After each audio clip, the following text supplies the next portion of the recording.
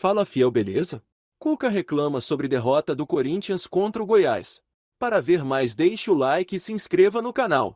Mas o nosso primeiro assunto é o Corinthians, uma derrota por 3-1 em Goiás na estreia do Cuca. Boa noite para vocês, senhores, tudo bem? Para colocar a informação também, hoje para montar essa defesa, ele não tinha o Fagner com um edema na coxa, então por isso ele começa ali com o Bruno Mendes improvisado na lateral direita e depois isso se modifica, né, Léo? Boa noite para você, teu destaque e já pensando se a gente consegue fazer algum tipo de avaliação dessa chegada em 90 minutos.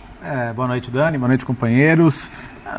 Avaliar a estratégia de jogo, né, ideias, realmente não dá para falar muita coisa, porque não houve tempo de contato suficiente para isso, mas as decisões durante o jogo, acho que a gente pode questionar e, sobretudo, assim, a questão física também.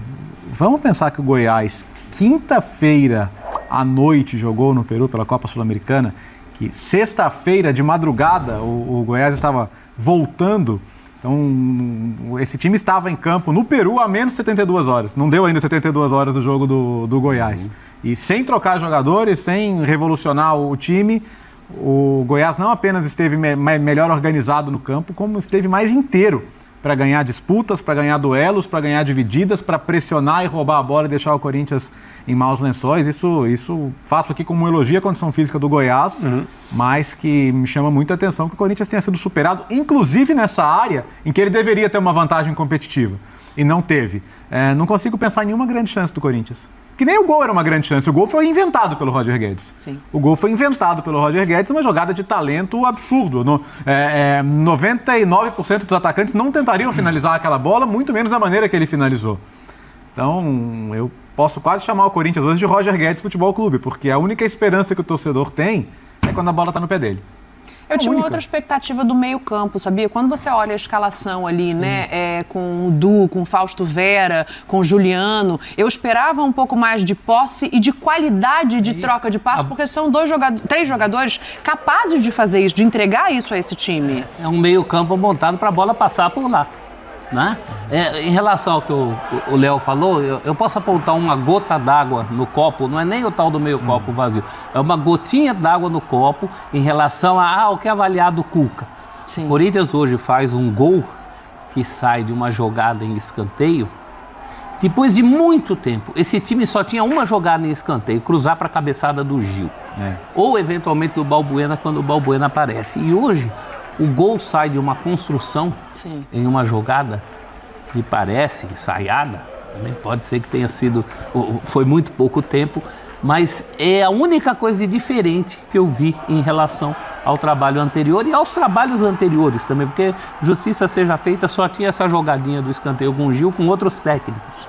Então ali eu senti alguma coisa, uma intenção do Cuca.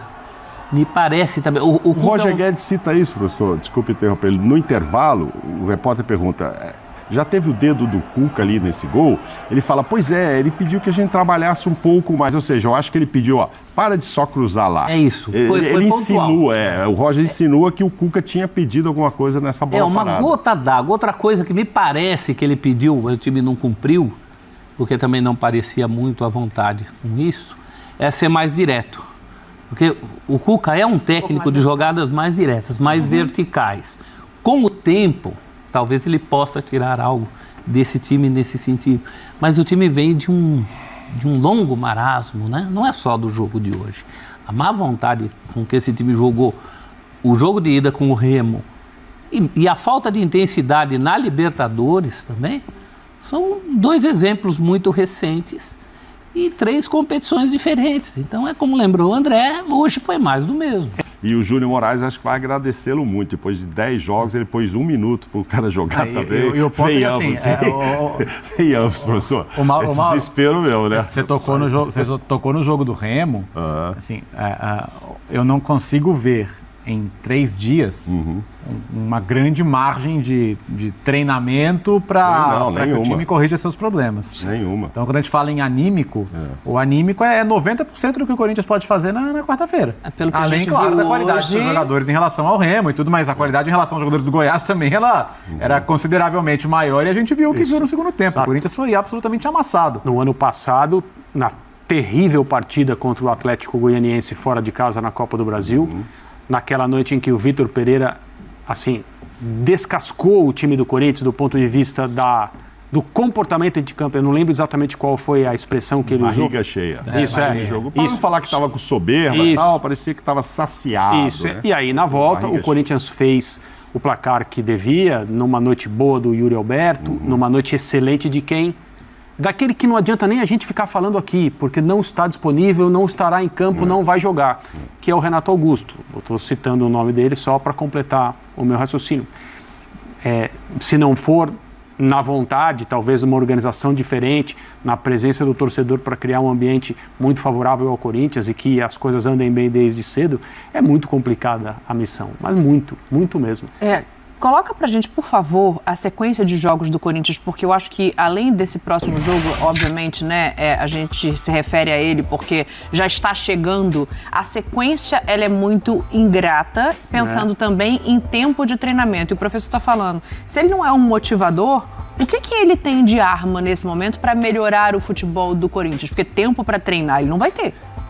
Mas ele tem ideias, ele é um técnico de ideias. Eu mesmo contestei muito a chegada dele por outros motivos. Acho que o Corinthians, como toda instituição, tem que ter seus valores e tem algumas coisas envolvendo o nome do Cuca que vão contra esses valores, né? Então isso é, antes de tudo, o que a gente deveria pensar e colocar aqui. Aproveito colocar aqui, porque nesse programa não tinha oportunidade de ter colocado ainda. Eu acho importante que a gente tome uma posição em relação a isso. Agora, ele é um técnico de muita visão, de muito talento, de muitas ideias, de muita criatividade. É claro que é um elenco, um time principalmente, mas também um elenco, como a gente falou aqui, que vai exigir demais isso do Cuca. Mas eu quero ver coisas no campo das ideias. Citei aqui o caso da jogada ensaiada no escanteio. Tem que entrar num acordo ali com a defesa. Até pelo que colocou o André, né? As ideias que a gente conhece do Cuca não casam muito. Então ele vai ter que aparecer com algumas situações. Vai ter que tirar alguns coelhinhos da cartola, né? Aquele jogo assim, saciado de barriga cheia, o Corinthians vinha de uma vitória. Por isso que ele diz que o Corinthians estava contra o Atlético, 2-1. Coisa que não foi vista, né? Em relação às atuações desse jogador, do que se percebeu que era a região do campo onde ele normalmente atuava, mas eu não vi a escalação de hoje como algum tipo de observação do Cuca para tentar reverter a vantagem do Remo. Não.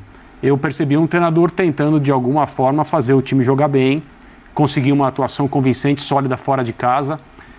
Ele não conseguiu fazer isso, ele não chegou nem perto. Assim, no momento em que o Corinthians ficou em vantagem no placar, que é assim, uma jogada de tabela, troca de passes rápida, próximo ao gol, talento do Roger Guedes para finalizar. O Corinthians fez um gol assim, recentemente em Itaquera, contra o Cruzeiro. E esse foi um gol que a gente conversou aqui, que não pertenceu ao jogo. Se você pegar aquela jogada, não tem nada no resto do jogo semelhante àquilo ali. Então são situações casuais. Ela não é consequência do que está sendo produzido. No jogo de hoje, o Goiás já era melhor no jogo.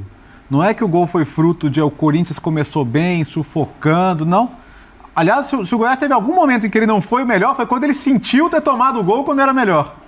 E depois que o Goiás consegue chegar ao empate, ele se estabiliza no jogo e do gol de empate do Goiás até o final, assim, só um time tentou jogar futebol. Tanto que no primeiro tempo o Goiás finalizou 9 vezes, o Corinthians só 5. Exato. Mudança pra mim, assim, se ele chegasse, é o seguinte, agora eu vou jogar pensando com o Rony. Vou jogar com o Rony aqui, que é o cara que eu tenho, que me protege. O Maicon vai ser o segundo volante, o Vera vai lá pra frente pra ver. Sabe, aí seria uma coisa de inventar moda. Não. Olha, eu tenho um cara criativo aqui que é muito bom aqui atrás. Será que ele não funcionaria ali? Não sei, fazer algo... Então, adiantar o Vera. Tentar, assim, porque no mais é esse time, a não ser que seja muita conversa e que... vamos tentar acertar. Hoje, a gente vai falar daqui a pouco, o Flamengo reclamou que sofreu 2 gols em cobrança de laterais, do Inter. O Corinthians sofreu um gol do Apodi com o Fábio Santos batendo o lateral. O lateral era do Corinthians. Ele joga numa fogueira que o jogador do Corinthians perde, a bola sobra. Quer dizer, Justo. você tomou um gol de lateral, você cobrando. O Flamengo a gente vai comentar depois, fala, pô, deixou o adversário armar um lateral bem feitinho e tal, e a gente dançou. E eu vi esse tipo de reclamação no jogo do Flamengo. Ali não. Repete o gol do Apodi aí, a bola tá na lateral na mão do Fábio Santos. E ele joga uma bola na fogueira ali, enfim, numa disputa.